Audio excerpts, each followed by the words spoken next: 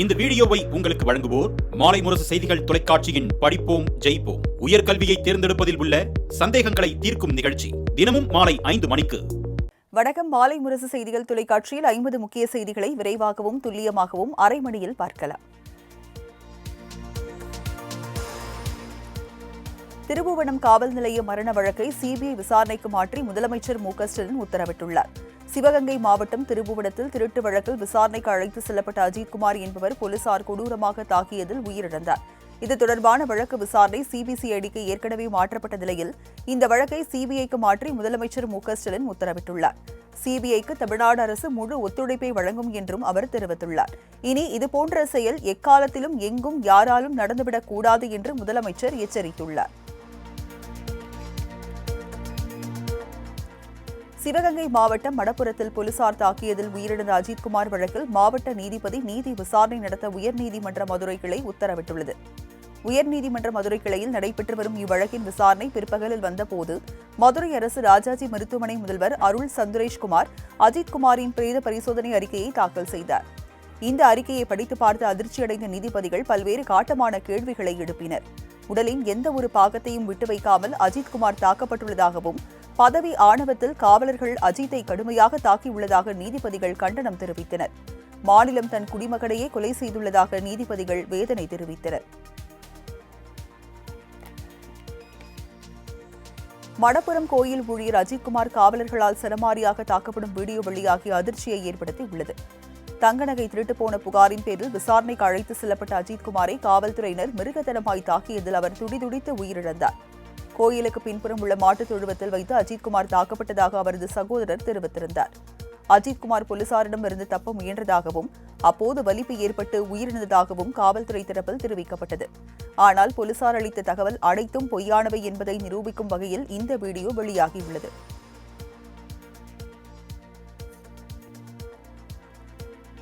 காவலர்கள் தாக்கியதில் உயிரிழந்த திருபுவனம் அஜித்குமார் குடும்பத்தினரிடம் தொலைபேசியில் தொடர்பு கொண்டு முதலமைச்சர் மு க ஸ்டாலின் ஆறுதல் தெரிவித்தார்.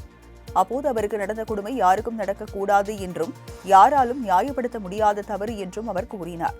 கடமை தவறி குற்றம் இழைத்தவர்களுக்கு நிச்சயம் இந்த அரசு தண்டனை பெற்று தரும் என்றும் பாதிக்கப்பட்ட குடும்பத்தினருக்கு ஆறுதலாக நிற்கும் என்றும் முதலமைச்சர் கூறினார். முன்னதாக அமைச்சர் பெரிய கருப்பன், ஆட்சியர் ஆஷா அஜித் ஆகியோர் அஜித்குமார் வீட்டிற்கு சென்று அவரது உறவினர்களுக்கு நேரில் சென்று ஆறுதல் தெரிவித்தனர்.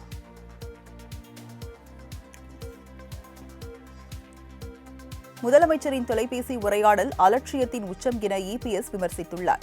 அவர் விடுத்துள்ள அறிக்கையில், நடக்கக்கூடாதது நடந்துடுச்சு என்று சொல்லா நான் கூசவில்லையா உங்களுக்கு என காட்டமாக கேள்வி எழுப்பியுள்ளார். இது என்ன முதல் முறை உங்கள் ஆட்சியில் நடந்திருக்கிறதா என்றும் 25வது முறை என்றும் அவர் கூறியுள்ளார். முதல்வரின் பேச்சில் கொஞ்சம் கூட குற்ற உணர்ச்சியே இல்லையே என்று குறிப்பிட்டுள்ள இபிஎஸ், என்ன பண்ணணுமோ பண்ணி கொடுக்க சொல்றேன் என்று சொல்கிறீர்களே, போன அப்பாவி அஜித்குமாரின் உயிரை திருப்பிக் கொடுக்க முடியுமா என்றும் இபிஎஸ் கேள்விகளை தொடுத்துள்ளார்.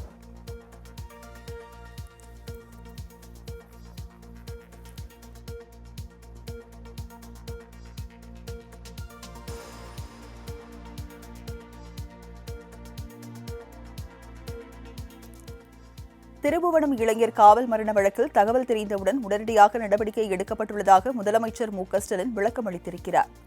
சென்னை அண்ணா அறிவாலயத்தில் செய்தியாளர்களை சந்தித்த அவர், தவறு செய்தவர்கள் கைது செய்யப்பட்டிருக்கிறார்கள் என்றும் மேலதிகாரிகள் மீது நடவடிக்கை எடுக்கப்பட்டுள்ளதாகவும் தெரிவித்தார். தொடர்ந்து பேசிய அவர், பாஜகவின் பண்பாட்டு போரை எதிர்கொள்ள நெஞ்சுரம் மிக்க அரசியல் சக்தி தமிழகத்திற்கு தேவை என்பதாலேயே திமுக ஓரடியில் தமிழ்நாடு என்ற பிரச்சார இயக்கத்தை தொடங்கியுள்ளதாக கூறினார். திருபுவனம் அருகே கோயில் ஊழியர் அஜித்குமார் போலீசாரால் அடித்துக் கொல்லப்பட்ட சம்பவத்தில் எதிர்க்கட்சித் தலைவர் எடப்பாடி பழனிசாமி, தவிக தலைவர் விஜய் உள்ளிட்டோர் கடும் கண்டனம் விடுத்துள்ளனர். மு க ஸ்டாலின் தலைமையிலான இந்த ஆட்சியில் 25 லாக்அப் டெத் சம்பவங்கள் நடந்ததாகவும் இதை தேசிய மனித உரிமைகள் ஆணையம் முன்வந்து விசாரிக்க வேண்டும் என்றும் இபிஎஸ் வலியுறுத்தியுள்ளார். விருதுநகர் மாவட்டம் சாத்தூர் அருகே பட்டாசு ஆலை வெடிவிபத்தில் உயிரிழந்தோர் எண்ணிக்கை 8ஆக உயர்ந்துள்ளது. சின்னகாமன்பட்டியில் கமல்குமார் என்பவருக்கு சொந்தமான பட்டாசு தொழிற்சாலையில் ஏற்பட்ட வெடிவிபத்தில் 7 பேர் சம்பவ இடத்திலேயே உயிரிழந்தனர். இதில் படுகாயமடைந்த 5 பேர் மருத்துவமனையில் அனுமதிக்கப்பட்ட நிலையில் மேலும் ஒருவர் சிகிச்சை பலனின்றி உயிரிழந்தார். பட்டாசு வெடிவிபத்தில் உயிரிழந்தோர் குடும்பத்திற்கு தலா 4 லட்சம் ரூபாய் நிவாரணம் வழங்க முதலமைச்சர் உத்தரவிட்டுள்ளார். சிகிச்சை பெறுவோருக்கு தலா 1 லட்சமும், காயமடைந்தவர்களுக்கு 50,000 ரூபாய் வழங்கவும் உத்தரவிட்டுள்ளார். இதனிடையே பட்டாசு ஆலையின் உரிமையாளர் ஃபோர்மேன் நடராஜன் உள்ளிட்ட 5 பேர் மீது வழக்கு பதிவு செய்யப்பட்டுள்ளது. விருதுநகர் அருகே பட்டாசு வெடிவிபத்தில் உயிரிழந்த 6 பேர் குடும்பத்திற்கு முதலமைச்சர் நிவாரண நிதியிலிருந்து தலா 4 லட்சம் ரூபாய் வழங்க மு.க.ஸ்டாலின் உத்தரவிட்டுள்ளார். இதுகுறித்து அரசு வெளியிட்டுள்ள செய்திக்குறிப்பில், பட்டாசு ஆலை வெடிவிபத்தில் காயமடைந்து சிகிச்சையில் உள்ள 5 பேருக்கு சிறப்பு சிகிச்சை அளிக்க உத்தரவிட்டுள்ளதாக கூறப்பட்டுள்ளது. இந்த விபத்தில் உயிரிழந்தவர்களின் குடும்பத்தினருக்கு ஆழ்ந்த இரங்கலையும் ஆறுதலையும் தெரிவித்துக் கொண்டுள்ள முதலமைச்சர் மு.க.ஸ்டாலின், மருத்துவமனையில் சிகிச்சை பெற்று வருபவர்களுக்கு தலா 1 லட்சம் ரூபாயும், லேசான காயமடைந்தவர்களுக்கு 50,000 ரூபாயும் வழங்க உத்தரவிட்டுள்ளார். திருபுவனம் லாக்அப் மரண சம்பவத்தில் தவறு செய்தவர்கள் யாராக இருந்தாலும் சட்டப்படி கடும் நடவடிக்கை எடுக்கப்படும் எனவும் அமைச்சர் ரகுபதி தெரிவித்தார். புதுக்கோட்டையில் செய்தியாளர்களுக்கு பேட்டியளித்த அவர் இதனை தெரிவித்தார். மேலும் யார் ஆட்சியில் லாக்அப் மரணம் அதிகரித்தது என்பதை மக்கள் அறியாதவர்கள் அல்ல எனவும், சாத்தான்குளம் சம்பவத்தை மக்கள் மறந்திருக்க மாட்டார்கள் எனவும் அவர் கூறினார். விஜய் கூறுவது போல் தங்கள் ஆட்சிக்கு எந்த பாதிப்பும் வராது என்றார்.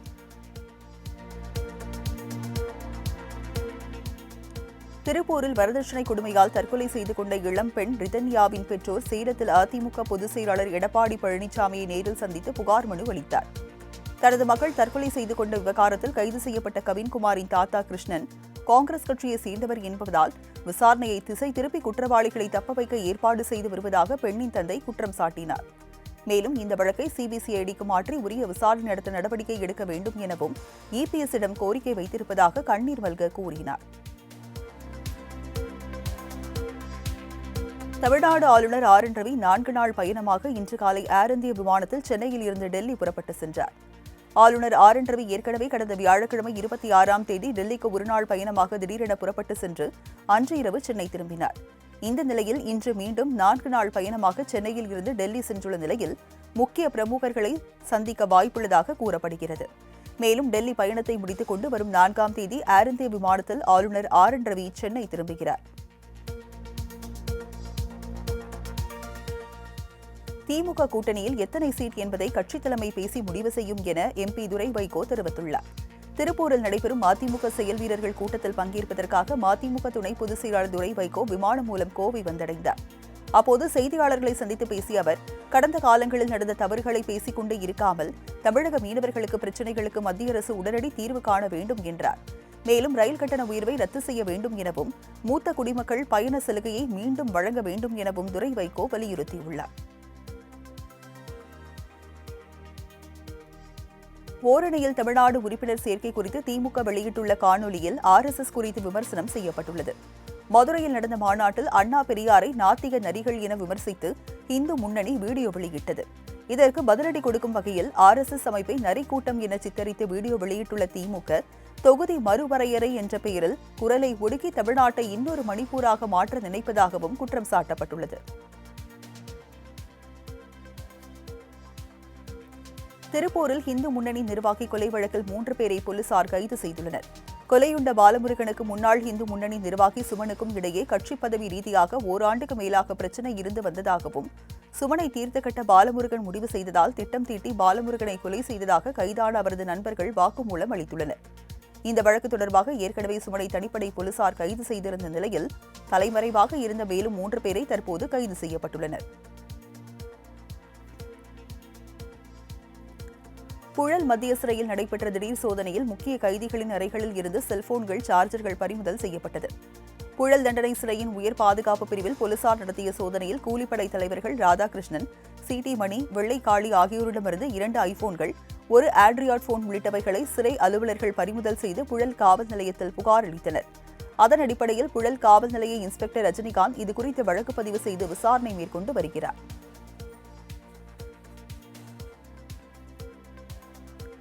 பருத்திக்கு உரிய விலை வழங்குமாறு திருவாரூர் மாவட்டம் புதிய ரயில் நிலையம் முன்பாக அதிமுக சார்பில் கண்டன ஆர்ப்பாட்டம் நடைபெற்றது. திருவாரூர் மாவட்டத்தில் சுமார் 40,000 ஏக்கருக்கு மேல் பருத்தி சாகுபடி செய்யப்படுகிறது. இதில் குறைந்தபட்சமாக பருத்தி கிலோ 43 ரூபாயில் இருந்தும் அதிகபட்சமாக 52 ரூபாய்க்கும் விற்பனை செய்யப்படுகிறது. இந்நிலையில் அதிமுக முன்னாள் அமைச்சர் காமராஜ் தலைமையில் பருத்திக்கு உரிய விலை வழங்க கோரி ஆர்ப்பாட்டம் நடைபெற்றது. பருத்திக்கு உரிய விலை வழங்க வலியுறுத்தி முழக்கமிடப்பட்டது.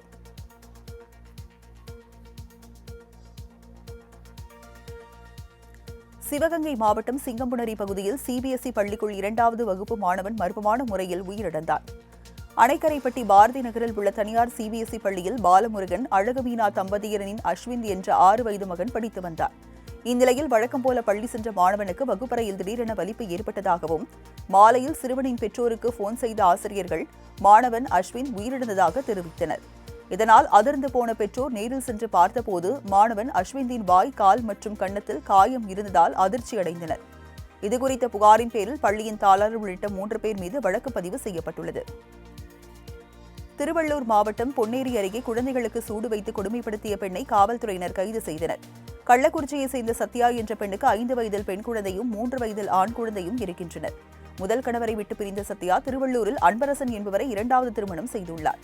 இந்நிலையில் புதிய கணவன் மீதான காதலுக்கு இடையூறாக இருந்தால் பிள்ளைகளை அடிப்பதுடன் தோசை கரண்டியை பழுக்க காய்ச்சி பிள்ளைகளின் உள்ளங்கையிலும் கைகளிலும் சூடு வைத்துள்ளார். இதுகுறித்த விசாரணையில் தனது குழந்தைகள் சொல் பேச்சு கேட்கவில்லை என்பதால் சூடு வைத்ததாக சத்யா ஒப்புக்கொண்டுள்ளார். சிதம்பரம் நடராஜர் கோவில் ஆணி திருமஞ்சன தேரோட்டத்தில் ஆயிரக்கணக்கான பக்தர்கள் பங்கேற்று தேரை வடம்பிடித்து எடுத்து வழிபாடு செய்தனர். கடந்த மாதம் 23ஆம் தேதி கொடியேற்றத்துடன் தொடங்கிய விழாவில் பஞ்சமூர்த்தி சுவாமிகளின் வீதி உலாவை தொடர்ந்து 9வது நாளான இன்று தேரோட்டம் கோலாகலமாக நடைபெற்றது. இதில் அலங்கரிக்கப்பட்ட தனி தேர்களில் சுவாமிகள் வீதி உலா நடைபெற்றது. இதனைத் தொடர்ந்து நடைபெற்ற தேரோட்ட விழாவில் சிவ வாத்தியங்கள் இசைத்தும் சிவன் பார்வதி வேடமிட்டு நடனமாடியும் பக்தி கோஷத்துடன் பக்தர்கள் தேரை வடம் பிடித்து இழுத்தனர்.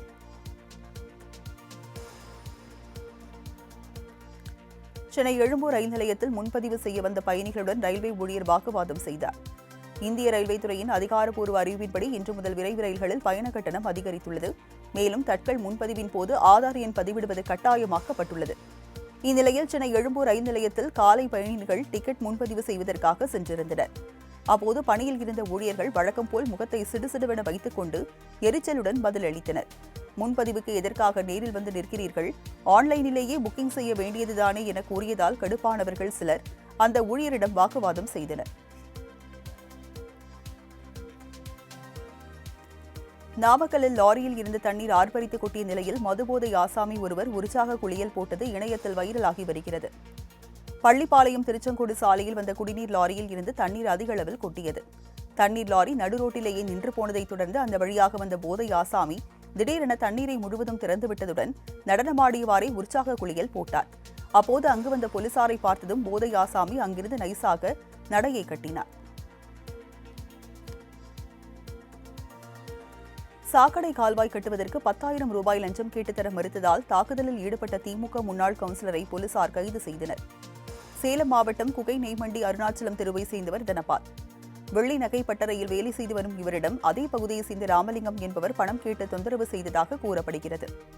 திமுக சார்பில் கவுன்சிலராக பொறுப்பு வகித்த இவர் அக்கட்சியில் இருந்து நீக்கம் செய்யப்பட்ட நிலையில் சாக்கடை கால்வாய் கட்டுவதற்கு 10,000 ரூபாய் லஞ்சம் கேட்ட புகாரில் கைது நடவடிக்கை எடுக்கப்பட்டுள்ளது. திருவள்ளூர் மாவட்டம் பேரம்பாக்கத்தில் முன்விரோதம் காரணமாக 65 வயது மூதாட்டியை அரிவாளால் வெட்டிய இளைஞரை காவல்துறையினர் தேடி வருகின்றனர். வேட்டு தெருவை சேர்ந்த சகுந்தலா என்ற மூதாட்டிக்கும் அதே பகுதியை சேர்ந்த ஜானகிராமனுக்கும் இடையே முன்விரோதம் இருந்து வந்ததாக கூறப்படுகிறது. இந்நிலையில் ஜானகிராமனின் தந்தை உடல்நலக்குறைவால் உயிரிழந்த நிலையில் சகுந்தலா செய்வினை வைத்ததால் தனது தந்தை உயிரிழந்ததாக தவறாக நினைத்துள்ளார். இது தொடர்பாக அடிக்கடி தகராறு செய்து வந்த ஜானகிராமன் கோபத்தின் உச்சத்தில் இருந்ததால் வீட்டில் இருந்த சகுந்தலாவை சரமாரியாக அரிவாளால் வெட்டியதில் அவர் நிகழ்விடத்திலேயே துடிதுடித்து உயிரிழந்தார்.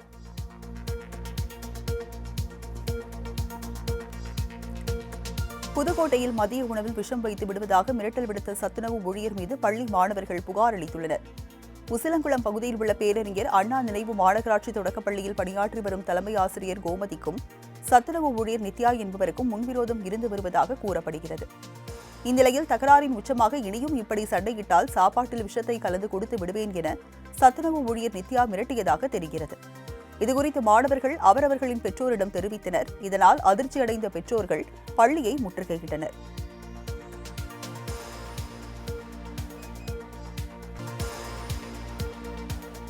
பொன்னேரி அருகே திருமணமான வெறும் 4 நாட்களிலேயே புதுப்பெண் தூக்கிட்டு தற்கொலை செய்து கொண்ட சம்பவம் அதிர்ச்சியடைய வைத்துள்ளது.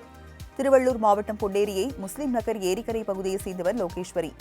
BA பட்டதாரியான இவருக்கும் காட்டாவூர் பகுதியை சேர்ந்த பன்னீருக்கும் இடையே கடந்த 27ஆம் தேதி திருமணம் நடந்து முடிந்தது.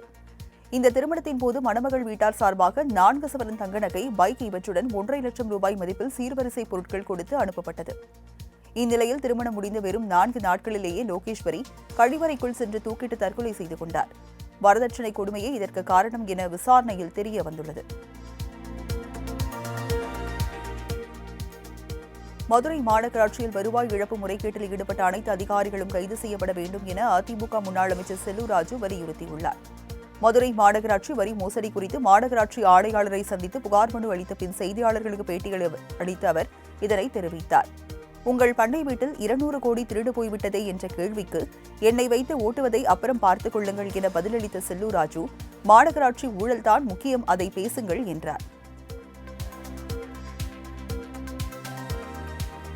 சேலம் மாவட்டம் இளம்பிள்ளை பகுதியில் உள்ள அரசு ஆண்கள் மேல்நிலைப் பள்ளியில் நம்ம ஸ்கூல் நம்ம ஊரு என்ற திட்டத்தின் கீழ் தனியார் பங்களிப்போடு ரூபாய் 2 கோடி மதிப்பிலான 8 புதிய வகுப்பறைகள் கொண்ட ஈரடுக்கு கட்டிடத்தின் திறப்பு விழா நடைபெற்றது. இவ்விழாவில் பள்ளிக்கல்வித்துறை அமைச்சர் அன்பில் மகேஷ், சுற்றுலாத்துறை அமைச்சர் ராஜேந்திரன் ஆகியோர் கலந்து கொண்டு புதிய கட்டிடங்களை திறந்து வைத்து பார்வையிட்டனர்.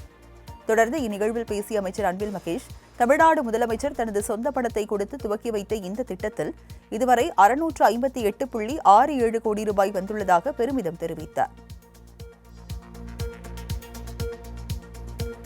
செங்கல்பட்டு மாவட்டம் காட்டாங்குளத்தூர் அருகே வெறும் பெயருக்காக புதுப்பிக்கப்பட்ட திறக்கப்பட்ட அங்கன்வாடியில் குழந்தைகளை வரவழைத்து எம்எல்ஏ போட்டோ ஷூட் செய்த சம்பவம் அரங்கேறியது. தென்மேல்பாக்கம் ஊராட்சியில் ஆஞ்சநேயர் கோவில் தெருவில் கட்டி முடிக்கப்பட்ட அங்கன்வாடி பல ஆண்டுகள் திறக்கப்படாமல் இருந்ததாக கூறப்படுகிறது. இதனை மீண்டும் 4.74 லட்சம் ரூபாய் மதிப்பீட்டில் புதுப்பித்து அங்கன்வாடியை திமுக எம்எல்ஏ வரலட்சுமி மதுசூதனன் அவர்களின் ரிப்பன் வெட்டி திறந்து வைத்தார். பின்னர் அங்கன்வாடியை பார்வையிட்ட எம்எல்ஏ உடைந்த கதவுகளையும் அங்கே உள்ள குப்பைகளையும் கண்டு அதிர்ச்சியடைந்து அங்கிருந்து வட்டார வளர்ச்சி அலுவலரை எச்சரித்து நாசுக்காக நழுவி வெளியேறினார். நாமக்கல்லில் இன்று முதல் ஸ்விக்கி, ஜொமேட்டோ போன்ற ஆன்லைன் உணவு டெலிவரி நிறுவனங்களுக்கு உணவு வழங்குவது நிறுத்தி வைக்கப்படுவதாக ஹோட்டல் உரிமையாளர்கள் சங்கத்தினர் அறிவித்துள்ளனர். நாமக்கல்லில் இதுகுறித்து செய்தியாளர்களுக்கு பேட்டியளித்த அவர்கள், ஆன்லைன் உணவு டெலிவரி செய்யும் நிறுவனங்கள் பல்வேறு மறைமுக கட்டணங்களை ஹோட்டல் உரிமையாளர்களிடம் வசூலித்து வருவதால் வருமான இழப்பு ஏற்பட்டுள்ளதாக குற்றம் சாட்டினர்.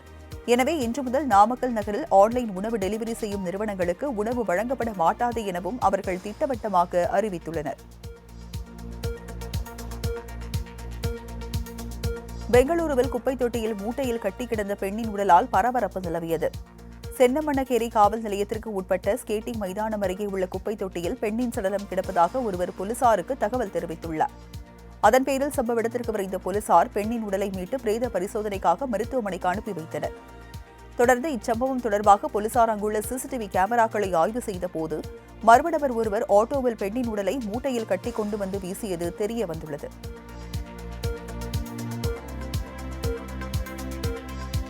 திருவள்ளூர் அருகே தீபாவளி ஃபண்ட் சிறு சேமிப்பு மற்றும் பலவிதமான பெயரில் சீட்டுகள் நடத்தி 15 கோடி ரூபாய் வரை பண மோசடியில் ஈடுபட்டவரின் வீட்டை பாதிக்கப்பட்ட மக்கள் முற்றுகையிட்டதால் பரபரப்பு ஏற்பட்டது. திருவள்ளூர் அடுத்து புட்லூர் உல்லாசம் நகரை சேர்ந்த லூர்து மேரி என்பவர் கடந்த 2021ஆம் ஆண்டு முதல் திருவள்ளூர் மட்டும் இன்றி சென்னை உள்ளிட்ட பல்வேறு பகுதிகளில் தீபாவளி ஃபண்ட் சிறு சேமிப்பு, ஆன்லைன் ட்ரேடிங் என விதவிதமான பெயர்களில் ஆயிரக்கணக்கான மக்களிடம் பணம் வசூல் செய்து சுமார் 15 கோடி ரூபாய் வரை ஏமாற்றியதாக கூறப்படுகிறது.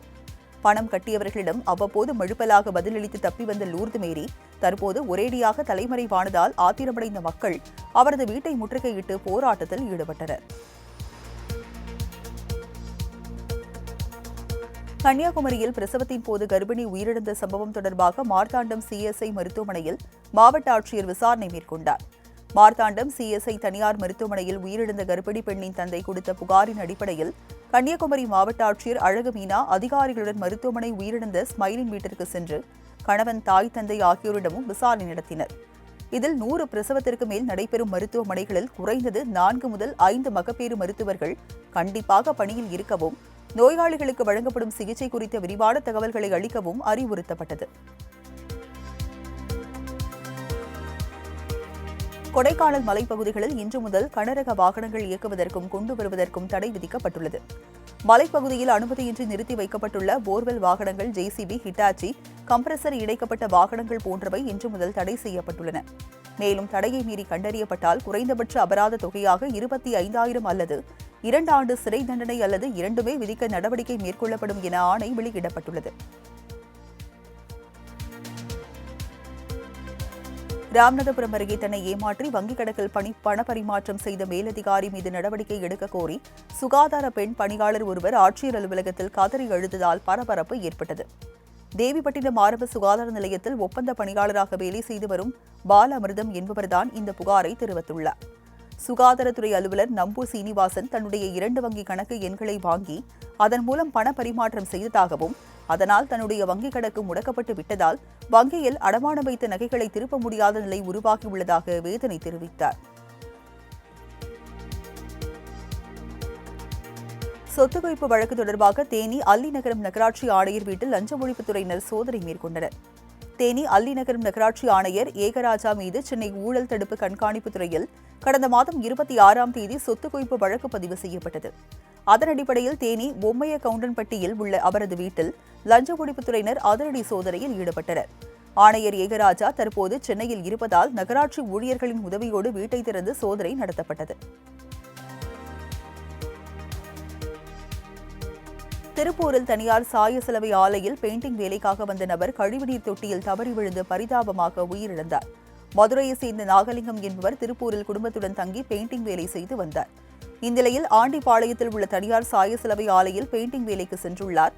அப்போது எதிர்பாராத விதமாக அருகில் இருந்த சாய கழிவுநீர் தொட்டியில் விழுந்து பரிதாபமாக உயிரிழந்தார்.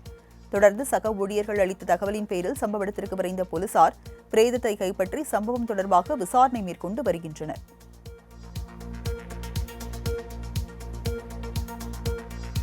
தருமபுரி மாவட்டம் காரிமங்கலம் பகுதியில் காரில் கடத்தி செல்லப்பட்ட 3 டன் குட்கா பொருட்களை போலீசார் பறிமுதல் செய்தனர். காரிமங்கலம் பார்த்திபன் தலைமையில் சப் இன்ஸ்பெக்டர்கள் சுந்தரமூர்த்தி, ஆனந்த்குமார் ஆகியோர் கும்பாரஹள்ளி சோதனைச் சாவடியில் வாகன சோதனையில் ஈடுபட்டனர். அப்போது அந்த வழியாக வந்த 3 கார்களை நிறுத்திய போது வாகனங்கள் அதிவேகமாக சென்றன. இதையடுத்து போலீசார் துரத்தி சென்றதை தொடர்ந்து காரை சாலையோரம் நிறுத்திவிட்டு மர்ம ஆசாமிகள் தப்பினர்.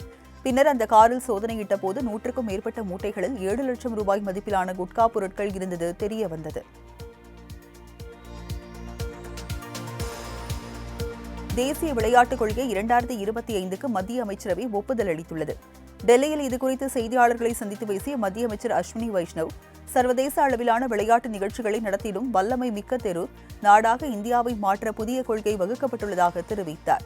2036ஆம் ஆண்டு ஒலிம்பிக் போட்டிகளை இந்தியாவில் நடத்துவதற்கு ஏற்ற தொலைநோக்கு பாதைகளுடன் தேசிய விளையாட்டுக் கொள்கை வடிவமாக இருக்கும் என்றார்.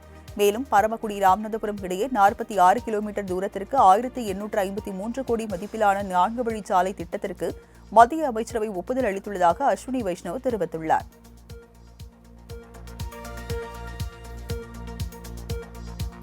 அகமதாபாத் விபத்துக்கு பிறகு 38 மணி நேரத்தில் மற்றொரு ஏர் இந்தியா விமானம் 900 அடி உயரத்தில் இருந்து தரையை நோக்கி கீழே வந்த சம்பவம் தற்போது வெளியாகியுள்ளது.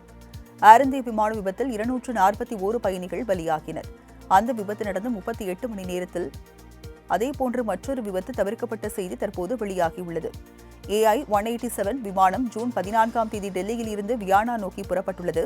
900 அடி உயரத்தை எட்டியவுடன் திடீரென்று தரையை நோக்கி கீழே வந்ததற்கான GPWS எச்சரிக்கை எழுப்பியுள்ளது.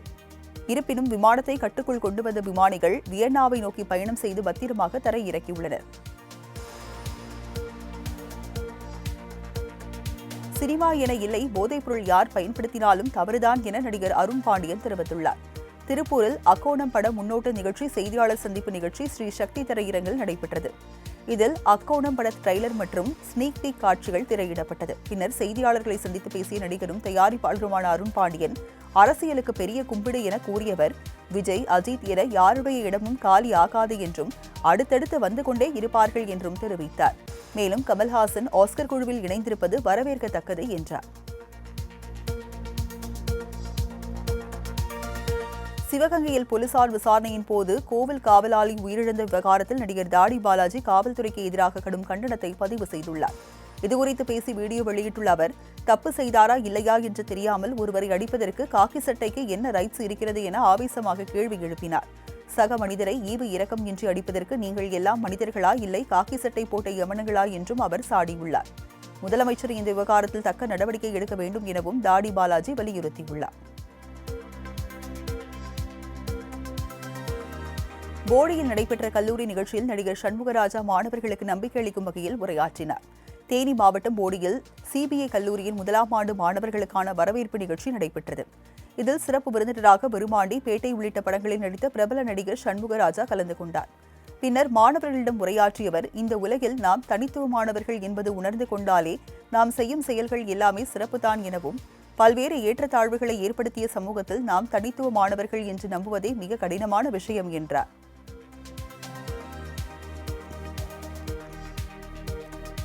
திருவண்ணாமலை அண்ணாமலையார் கோவிலில் நடிகை அம்பிகா சாமி தரிசனம் செய்தார்.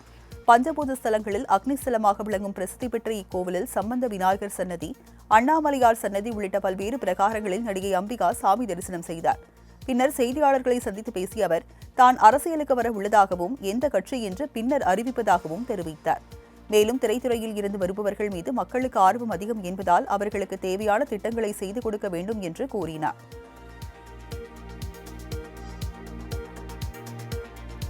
ஐசிசி T20 பேட்டிங் தரவரிசையில் இந்திய அணியின் துணை கேப்டன் ஸ்மிருதி மந்தனா 3வது இடத்திற்கு முன்னேறியுள்ளார். அண்மையில் இங்கிலாந்துக்கு எதிரான முதல் T20 போட்டியில் ஸ்மிருதி மந்தனா சர்வதேச T20 போட்டிகளில் அவரது முதல் சதத்தை பதிவு செய்தார். அந்த போட்டியில் அவர் 62 பந்துகளில் 112 ரன்கள் எடுத்து அசத்தினார். அதிரடியாக விளையாடி அசத்தியதன் மூலம் பேட்டிங் தரவரிசையில் முன்னேற்றம் கண்டுள்ளார். ஸ்மிருதி மந்தனா ஐசிசி ஒருநாள் போட்டிகளுக்கான பேட்டிங் தரவரிசையில் முதலிடத்தில் உள்ளார் என்பது குறிப்பிடத்தக்கது. அமெரிக்க ஓபன் பேட்மிண்டன் தொடரில் இந்திய வீரர் ஆயுஷ் ஷெட்டி மகுடம் சூடி அசத்தியுள்ளார். அமெரிக்க ஓபன் பேட்மிண்டன் போட்டி அங்குள்ள அயோவோ நகரில் நடந்தது.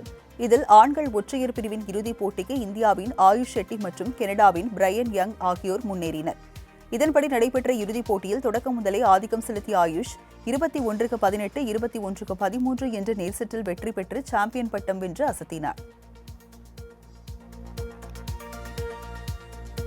இந்திய அணிக்கு எதிரான 2வது டெஸ்ட் போட்டிக்கான இங்கிலாந்து அணியின் 11 வீரர்கள் பெயர் பட்டியல் அறிவிக்கப்பட்டுள்ளது. இவ்விரு அணிகள் இடையிலான 2வது டெஸ்ட் போட்டி பர்மிங்ஹாமில் உள்ள எட்ஜ்பஸ்டனில் நாளை தொடங்குகிறது. இந்நிலையில் இந்த போட்டிக்கான இங்கிலாந்து அணியின் 11 வீரர்கள் பெயர் பட்டியல் அறிவிக்கப்பட்டுள்ளது. முதல் போட்டிக்கான இங்கிலாந்து அணியில் இடம்பெற்றிருந்த வீரர்களை மாற்றமின்றி இடம்பெற்றுள்ளனர்.